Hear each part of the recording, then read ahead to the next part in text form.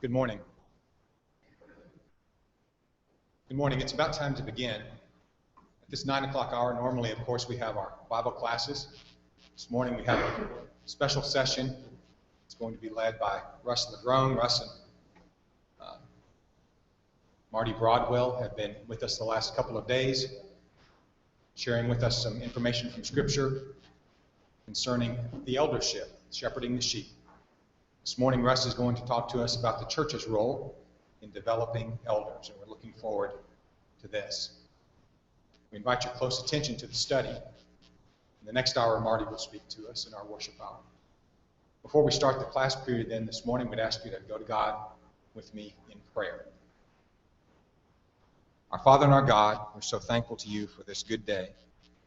Thankful that we can come together as your people to study your word. Thankful for Russ and Marty coming our way and sharing their knowledge with us from your word. We pray that we'll learn things that will help us as a congregation, develop elders, be submissive to elders, and work together for the glory of your name and your kingdom.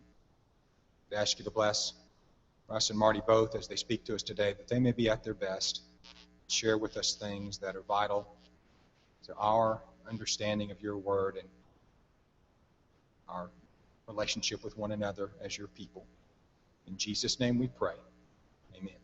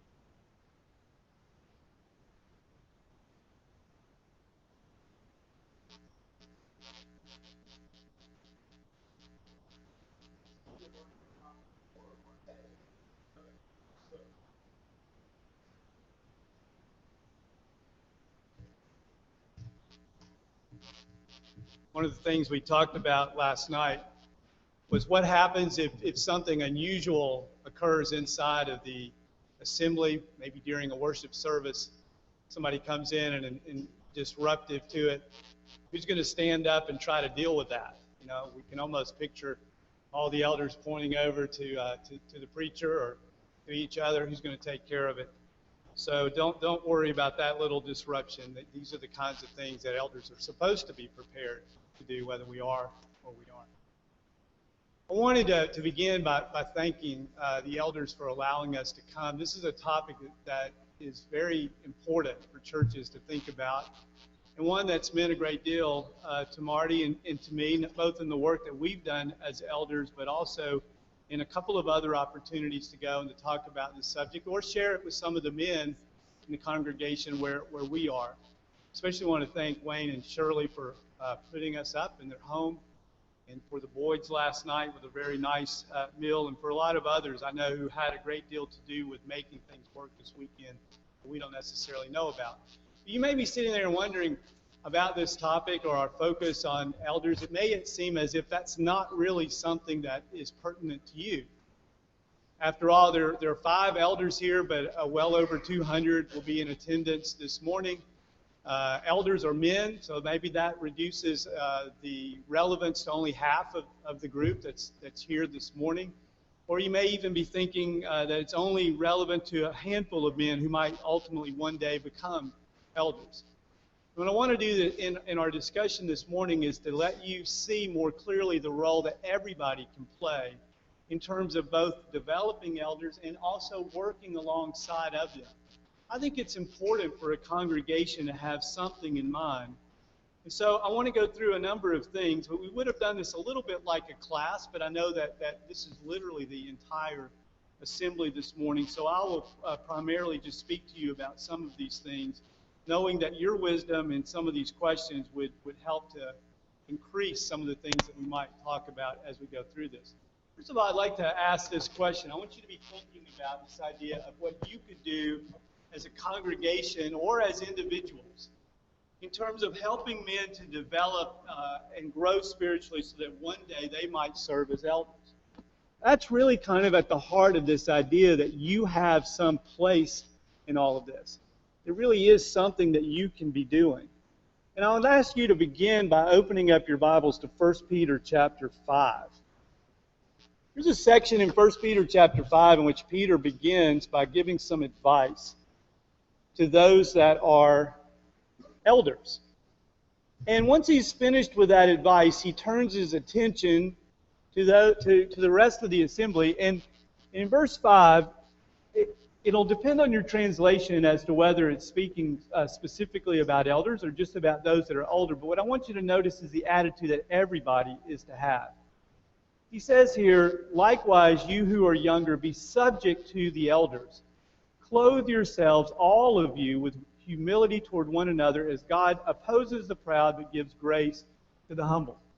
There's an attitude and a spirit that everybody needs to have of humility toward each other, so that when you come together as a congregation, there is this spirit of others are more important than I am, and that I am concerned about the spiritual well-being of those around me. Back in chapter 3, and in verse 8, here in 1 Peter chapter 3, verse 8 has a similar thought, and it's almost a kind of a concluding sort of thought to some things that Peter's been saying. He says, finally, all of you have unity of mind, sympathy, brotherly love, a tender heart, and a humble mind.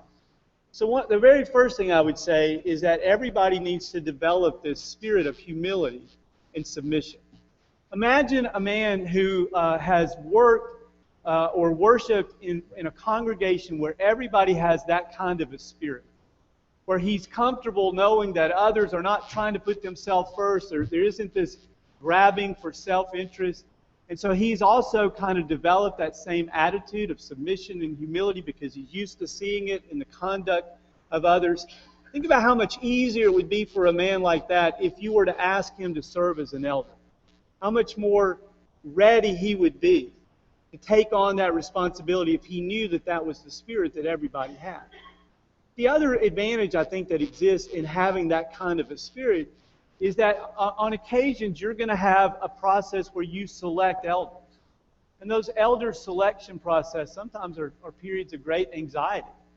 We worry about who might be selected and are they really ready, and we worry about the change that might present to a congregation. But when everybody has this spirit of humility, the spirit of being ready to submit to one another, that type of anxiety would likely go away. And so you might even picture it where a congregation is constantly in the mode of selecting elders, in that men are working to prepare themselves to be the sort of men they ought to be to do that. The congregation is acting in a cooperative, a submissive manner toward the elders that are there. That sort of spirit is one that would make it very easy as time goes on for other men to step in to take on that role as they are needed to do that. The second thing that I think that you can do is to look for men who have the character of that Luke 15 shepherd. And when we talk about the qualifications of elders, we'll go to 1 Timothy chapter 3, we'll go to Titus 1. Those give us a description of what the character of that man needs to be. But on Friday night, we talked about 3 of the names that are used for elders. You can call them bishops or pastors. You can call them shepherds. You could call them presbyters. There's some different names. It's the same office. If you think about them as shepherds, it's valuable to look at the scriptures that tell us something about shepherds. And in Luke chapter 15, you know that chapter, it's the one about those that are lost. And Jesus talks about the fact that a good shepherd, in fact, he says, which one of you, to those that were assembled there, they all would act in this manner if they were a shepherd. He says, beginning with verse 3 in this regard, what man of you, having 100 sheep, if he has lost one of them, does not leave the 99 in the open country and go after the one that is lost until he finds it? And when he has found it, he lays it on his shoulder, rejoicing. And when he comes back, he calls together his friends and his neighbors, saying to them, "Rejoice with me, for I found my sheep that was lost." That's the behavior of a shepherd. Even if one sheep is wandered away, he's concerned about it. He's going to go after it.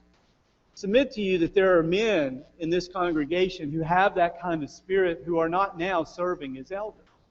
And if you looked around, you would find men who have that kind of heart and that sort of spirit.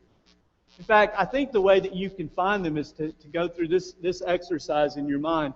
Imagine that you are struggling with something spiritually, and it's reached a point in your life where your attendance, you're no longer faithful in your attendance here. Maybe you're discouraged over something. You're involved in some sin. There has been a change in your life spiritually, and you have drifted away from God. If you can imagine yourself in that situation, I want you to ask two questions. The first question is, who would you just know immediately? If you can picture yourself in that situation, who would be at your door, knocking on your door to talk to you, calling you on the phone, texting you, trying to get hold of you to talk to you about your spiritual condition?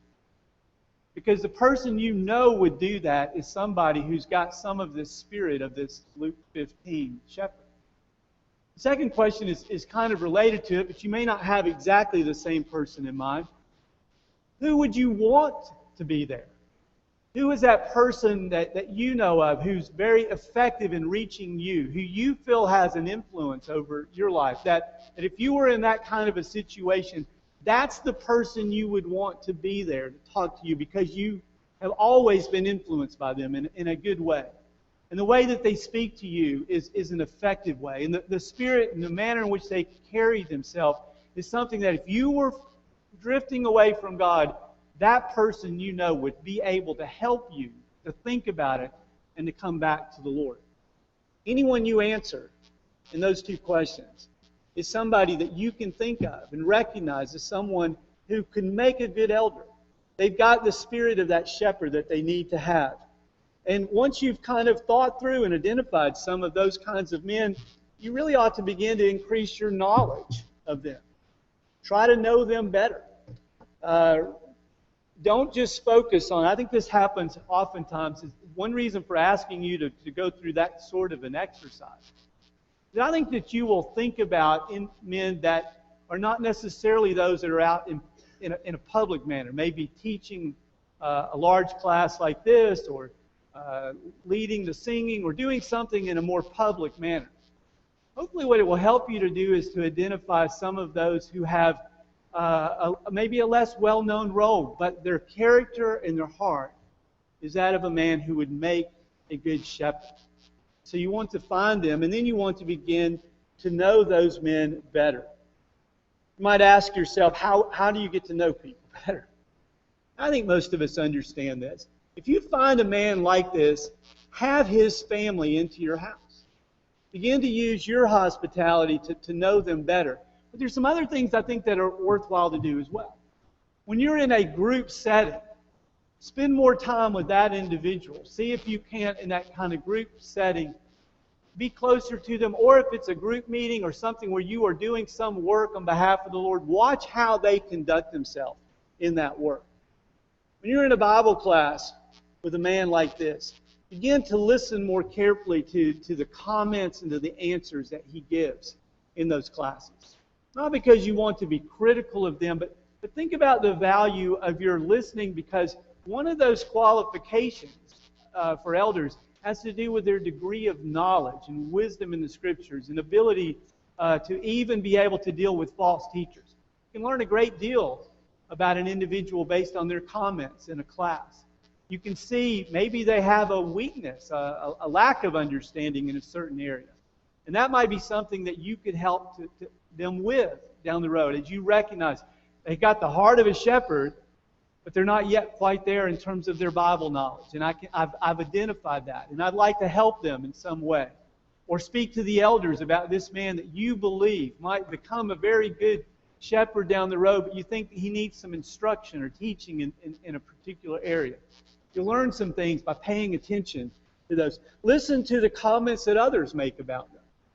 And again, this isn't about gossiping. You want to be careful about that. But if you have seen this person, you begin to think of them as having that kind of potential, then listen to what others say about them, because you may find that they do have a strength you didn't expect to know about, or even a weakness that, again, you might be able to highlight to others to help this individual grow over time. It's another thing I think that you can do as well as a congregation for this man is to help them to be good husbands and fathers. Look with me at 1 Timothy chapter 3. 1 Timothy chapter 3 verses 4 and 5 is right in that section of the qualifications of an elder. And in there is a description given about their families and what their role in terms of raising their families says about their ability to be someone who cares for the church. Verse 4, he must manage his own household well, with all dignity, keeping his children submissive. Or if someone does not know how to manage his own household, how will he care for God's church? In parallel passage in Titus 1, where Paul is telling Titus the qualifications for an elder, he says that it needs to be, if anyone is above reproach, the husband of one wife, and his children are believers and not open to the charge of debauchery or insubordination. What that is saying is that a man's conduct inside of his family is a training ground. That's something that ought to mold him and change him and turn him into the kind of man who can serve as an elder.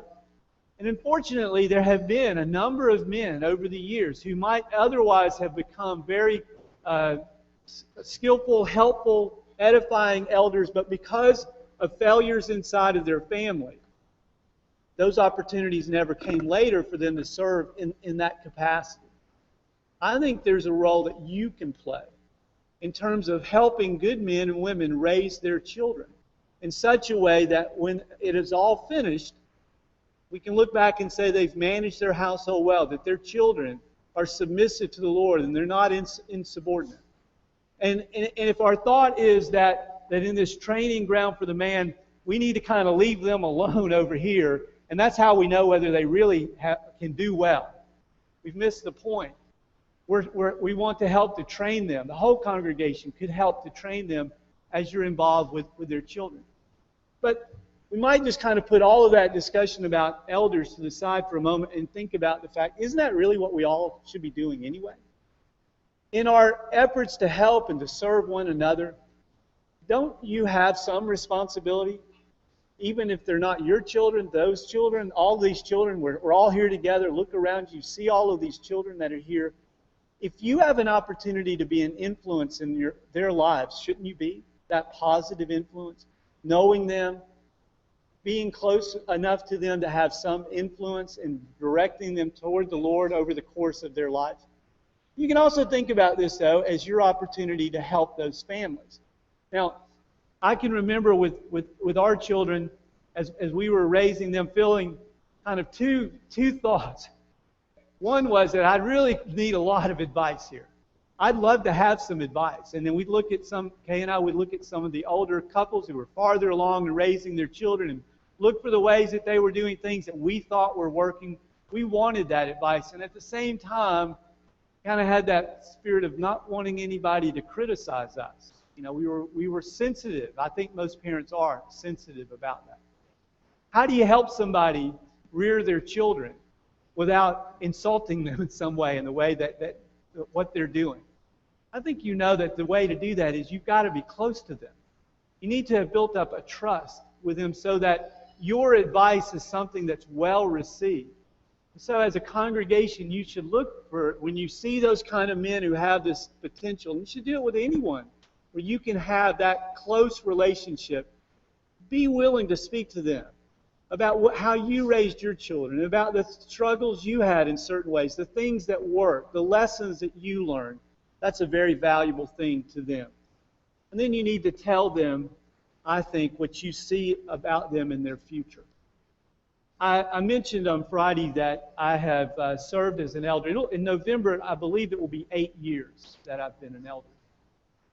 2 years before I was appointed as an elder we were going through a selection process at Embry Hills. And at that point in time, of my 3 children, one of them had been converted. So there was one child, one believing child in our home. And so during that process, I really, both based on my age, based on where my children were, I did not consider that process to have much to do with me personally, as far as someone who might be selected as an elder. But one evening in the parking lot, one of the ladies there, one of the members came up to me, and you'd have to know Aaron to understand. Aaron gets emotional about a lot of things, but Aaron came up with tears in her eyes and told me that I was the only person there, only man at that time, that she could see serving as an elder. And she was going to put my name into that form that we were using at that time. In many ways, I was shocked that she thought that. But her emotions were what really struck me more than anything else. The confidence that she had, and we were pretty close to Aaron and her husband, so she had reason to know my weaknesses and others. The fact that she had that confidence gave me a seriousness of mind about the whole process and about the future that I didn't have before. It changed the way that I approached those next few years until I actually was selected as an elder. I think you need to be willing to tell men that you see, even those that are a lot younger, and it may be 10 or 15 years before, but if you see that potential in them, it's important for them to know that. We began with this first idea of everyone having a spirit of humility. Sometimes men have a degree of humility to the point that they don't see their potential. They don't understand what they may be able to do in the Lord's kingdom. You can play a great role in strengthening their vision of what they're able to do and urge them to push a little bit harder to do those things that might allow them to become an elder. So I'm going to turn our attention, though, for the remaining part of this to some advice to the men. Some of this, for those of you that were able to be here over the weekend, will be a little bit of a repeat, but not all of it. But these are some things I think it's good for everyone to hear as you think about what a man may need to be doing, what he need to be considering in order to grow in his abilities and grow in his opportunities to serve the Lord, whether he becomes an elder or not. But certainly, if that may be the path. The first thing I would say, which is kind of related back to that last point about you serving a place and putting this vision into his mind and allowing him to see that if he continues to follow the Lord and dig into his word and do the things that he ought to do, that he has that kind of potential. Men need to begin to desire the work. And that's not always an easy thing to do. Again, that degree of humility would kind of push you away from it. No, I'm certainly not one who should serve in that capacity. Sometimes we are careful to warn individuals about an incorrect amount of ambition.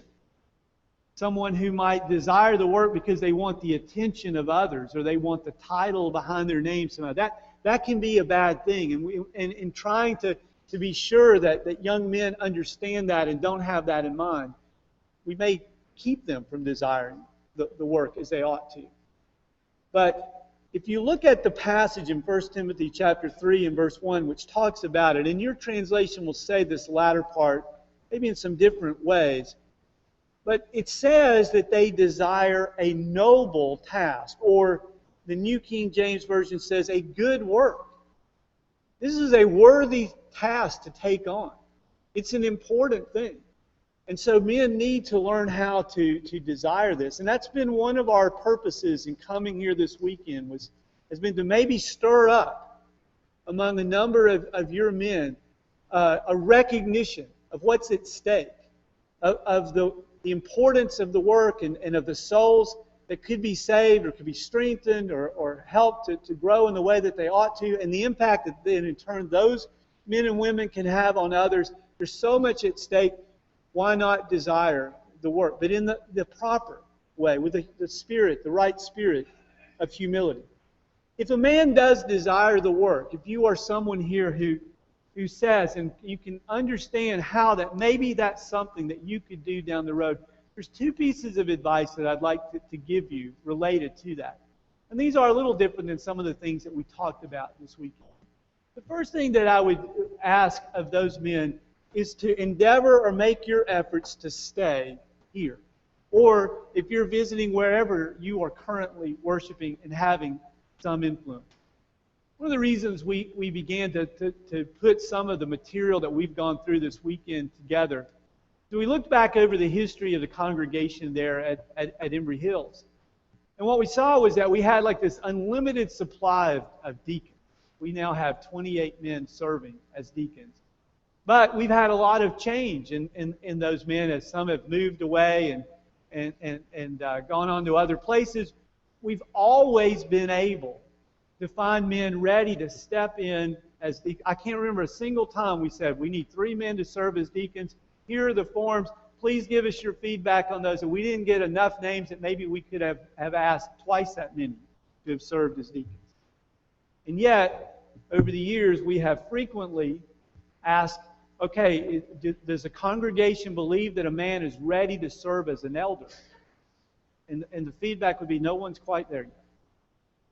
And so we weren't developing and finding men who were elders. And it was disappointing in the numbers. And then we began to recognize those deacons that had once been there, that had moved on to other places, and other men, they're serving as elders in other congregations around the country. Maybe we've done some of this, but those men have left. I would say that it's difficult. You could prepare yourself to be an elder in many ways, in your knowledge, in your spirit, and in your character. But if you move constantly from one place to another, you may never come to know a group well enough that they feel comfortable, that you have the right character, or you know them well enough to serve as a shepherd. And there's a loss that's there. So if it's possible for you to be able to stay, I would say make your efforts to try to do that. The second thing is that you should be very careful with the commitments that you make in life. This is one of the reasons why I think that it is important to have this vision that you might one day be an elder early on. But long ago, when I was in my 20s and 30s, well, I wish I didn't have to say that sentence. Long ago, when I was in my 20s, when I thought about the eldership, I heard men say things like, be sure you have that in mind, and maybe that's one of your goals. My thought was, and this may be on your mind as well, if you look carefully at those qualifications of an elder in 1 Timothy 3 and Titus 1, that's a character that every single Christian should be endeavoring to have. And that for the most part, that if you strive to serve God as you ought to do, and you are growing as you should be growing, then just by a natural process, you will find yourself ready to be an elder. And there is some truth and wisdom to that.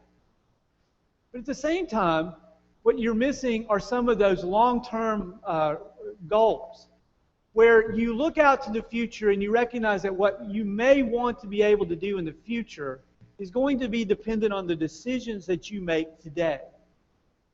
Or the effectiveness of what you might accomplish in the future is dependent on the decisions that you make today. And so when I say to you, be careful with the commitments that you make, there are financial commitments that you may make in terms of the things that you buy, the things that you do, or the way that you approach your life, so that when the time comes that you might serve as an elder, you have to have a certain kind of job that prevents you from having enough time or enough concentration to be able to be as effective as an elder as you might want to be. And there may be other commitments too. The way that you approach life, the decisions that you and your wife make, think about how those could have an impact. And if you're not sure about what some of those are, you ought to talk to your elders here and ask them about some of the things that they did earlier on and the decisions that maybe they regret. And I've had counsel with the men at Embry Hills. There are a number of decisions that I would take back, that I made in my 20s and 30s that were not wrong. They seemed to be wise at the time, but I think they have had an impact in the effectiveness of my service as an elder. and I would like to have undo them in some fashion. So be very careful about the kind of commitments that you make. I would also say that you ought to begin to work now as a shepherd. You don't need the title. You don't need to be appointed to be an elder to act as a shepherd. Think back again to that passage in Luke chapter 15. It's talking about the spirit of somebody who sees a lost sheep and will do whatever it takes to go and to get them and to bring them back. Look over at Galatians 6 in verse 1. We have referred to this passage a few times in our discussions with the men. I think we may even have mentioned it on Friday night if you were able to be here. Here's a commandment given not to elders, but to anyone who really is spiritually minded. It says, brothers, if anyone is caught in any transgression, you who are spiritual should restore him in a spirit of gentleness. Keep watching yourself, lest you too be tempted. And I might draw your attention also down to verse 10, where it says, so then, as we have opportunity, let us do good to everyone, and especially to those who are the household of faith. We oftentimes get down to verse 10 and we think of that only in terms of doing good to somebody in a physical way, a benevolent sort of way. But if you think about the connection of verse 10 back up to verse 1, you might even recognize the fact that wherever you have an opportunity to help someone know about God and to bring them closer to His Son, you who are spiritual, you need to be busy doing that. And so you need to begin to have that spirit of a shepherd. And as you have influence on others around you, be willing to reach out and to help them in whatever way that you can. Look at James chapter 5. James 5, at the very end of the letter that James wrote, it talks about the great value of this kind of work, of helping to restore a soul or turn somebody to God. He says, my brothers, if anyone among you wanders from the truth and someone, again, think about this, he's not saying only elders can do this, but if someone brings him back, let him know that whoever brings back a sinner from his wandering will save his soul from death and will cover a multitude of sins. But a valuable, important work to be involved in. You can get involved in now. And you can imagine how that a man who has constantly lived that way, always watching those around him, when he sees somebody wandering away from Christ, he's there to talk to them. He's there to help them to become closer to God. If he's done that on a constant basis, you can imagine why, if the time comes for him to serve as now, he's ready. He's already doing that kind of work. And not only is he doing the work, but if you've had that kind of spirit, that ought to be the thing that speaks out to the rest of the congregation. That's the man we want to help us, to give account for our souls one day, because he's already doing it on my behalf. And I see him already in that kind of a role and are comfortable with him doing that. We have a deacon who very much acts in this manner. We actually have a number of men, I would say, who do this, but one particularly stands out. And he's kind of learned to think of himself. He knows that he's not a shepherd, but he says that he's a sheepdog. Because he's helping us. He's getting all the sheep. He's constantly thinking about the souls of others. And you need to be like that long before you become an elder. I added this since the last time I delivered a discussion like this. This is kind of new to my notes, this idea of learning how to deliver difficult news. I thought back about some of the things that are hard as an elder to do. There are many occasions when you have to sit across the table from someone who has had something terrible happen to them in their life. Maybe they've been involved in some kind of sin and it's wreaked terrible consequences on them and on others. And they need to understand what it takes to get out of the circumstance that they're in. And you need to be able to tell them the things that Christ tells us about the right way to live life. That news is not always easy to hear. It's not easy to tell a woman that she ought to forgive her husband of something that he's done. that she needs to have that kind of Christ-like spirit. For a man to hear that he needs to be able to look past what somebody has done to hurt him. Not easy. Christ tells us a number of things. Think about those commandments that are hard for us to follow. Elders need to be willing to sit down across from someone and tell them what God expects of them when that's not what they really want to hear. They may be looking for different kind of counseling or comfort. You've got to tell them what they need to do. And you need to do it in a spirit and in a manner that they're willing to listen to you and understand why that's the right thing to do. And I think gaining experience in delivering difficult news will help you to do that. Elders are to have been fathers who have managed their household well. We've talked about that.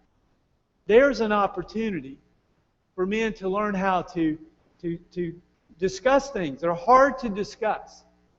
And maybe say things that those who are listening, their children, don't necessarily want to hear. And one advice I would give to you men is to be careful as fathers that you don't delegate this responsibility to your wives. Not that they don't have a place, and there's plenty of time for them to sit down, maybe even a one-to-one with the children. But be careful that you haven't somehow or another left that kind of responsibility. And when one of the children does something really wrong, they're the ones who are sitting down and explaining to them the consequences or what this is going to mean in life. If one of the children is heading down, making some bad decisions, and they need to be pulled in the right direction, make sure that it's not just your wife who's sitting and you've got to develop that relationship, and you need to learn how to talk to those children. And the older that they get, the better the experience is for you as they are into their teenage years, and you can remind them of the mistakes that you made. That is a training ground for you. And especially for men with daughters. Your daughters need to have that relationship with you, and that's a valuable experience for you.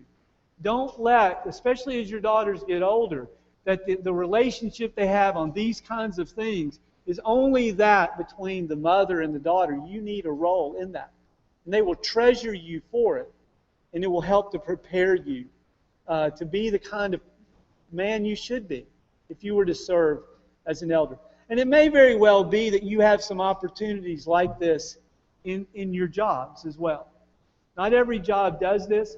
I've thought back over, in retrospect, about the value of certain things that I had to do in the roles that I had, in the jobs that I held, that I didn't like at the time. They were difficult things to do. And you have to tell somebody that the job or responsibility, the promotion they wanted to have, they're not qualified. They can't do that. They're not ready. They need to do something else. I've been in companies where we were no longer able to keep all the good workers. Some of them were let go because we didn't have the money anymore to be able to pay them. And to sit down and tell somebody who's doing a good job that their job is going away, that is not a pleasant thing to do. I didn't like it, but I will say it helped me later on to understand that sometimes you've got to tell people hard news with kindness and love and respect for them, but you got to tell them what is the truth, what they need to hear. And that kind of training ground, if you have those opportunities, don't shy away from them. They actually may help you in being able to do other things in the kingdom of God. And lastly, I would say that you ought to study the hard questions. We talked about this a little bit before. You should make an effort to be a good Bible student. There are, we can tell, you can wander around. It wasn't difficult for Marty or I to tell that good Bible classes are taught here. They're knowledgeable teachers. Great opportunities to know more about the Word of God. But be careful, we said this yesterday, be careful about studying only those things that are just sort of really interesting to you at the moment. There are some questions that it's hard to get to the truth. And I think that's part of the point of Hebrews chapter 5. There are some things that you kind of have to wrestle through in your mind. Think about very carefully. Understand that there are two passages that give different, not different views, opposing views, but different elements of the truth, and you have to put them together, and it takes a while to see how they work together with each other. There are hard situations in terms of making applications back to those scriptures. Exercise your mind in doing that. Spend your time in study on hard questions.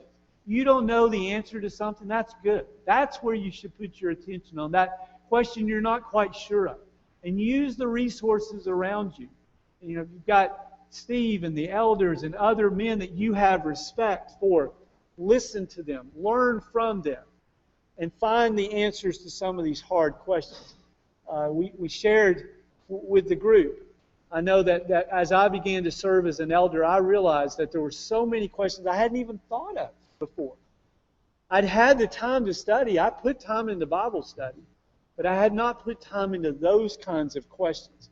It would have been a very valuable thing to have done. I can see the clock says 9:40. I assume the bell is about to ring. I appreciate your attention. If you'd like to ask a few questions about some of these, or even better, if you can think of something in terms of the advice to the men or advice to the congregation that I should have mentioned, let me know. I'm always willing to edit my notes and change them, and it will help somebody else down the road. But I appreciate your time this morning.